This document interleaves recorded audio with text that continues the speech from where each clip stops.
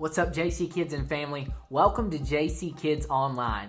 I'm so excited to have you with us today. If you don't know me, my name is David and I lead our JC Kids team here at Junction. Well, I'd encourage you to check out our church's main Facebook page and our church's YouTube page.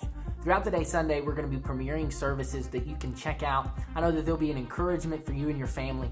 If you're watching this later in the week, that's okay because we're going to have them on YouTube so that you can go back and watch them together. Like I said, I know this service will be such an encouragement and a blessing to you and your entire family. Well, today is our second week in our series on the mothers of the Bible. And I know that last week was so encouraging when we learned about Eve, that Eve was the mother of all. Through Eve, we learned that even though we make mistakes, that God has an amazing plan for our life. That God used Eve for something incredible, even though she fell short. Well, this week we're learning about Sarah. And Sarah was an amazing, promised mother. And we're going to learn about her in just a second. But first, let's check out our main point. Our main point for today is that God was faithful in Sarah's life. God will be faithful to me. I want you to say that with me. Are you ready? All right. God was faithful in Sarah's life. And God will be faithful to me. Good job. And we're actually going to learn a verse from the book of Hebrews that talks about Sarah and just how much faith she had and how she trusted God.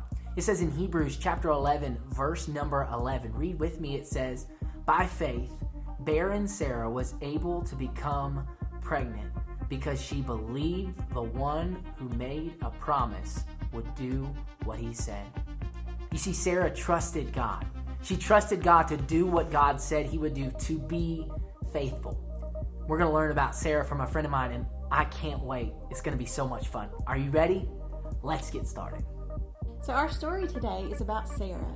Sarah was very important and is one of the people the Bible talks about a lot.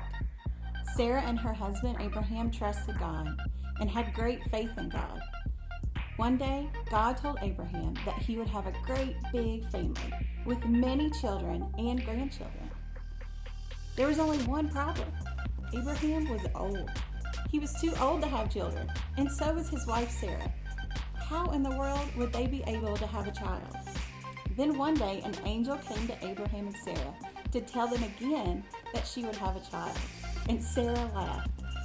She was shocked to think that God would choose her to have a baby because she was very old. Sarah and Abraham didn't always believe that God would fulfill his promise, but they were faithful to keep serving him no matter what. After Abraham's 100th birthday, Sarah found out she was pregnant. And when her son was born, Sarah named him Isaac because that means laughter. Today, our main point taught us that God is faithful. Faithful means that we can depend on God to do what God said he would do. Now, not a lot of 90-year-old ladies have babies, but Sarah, the promised mother, did because God is always faithful.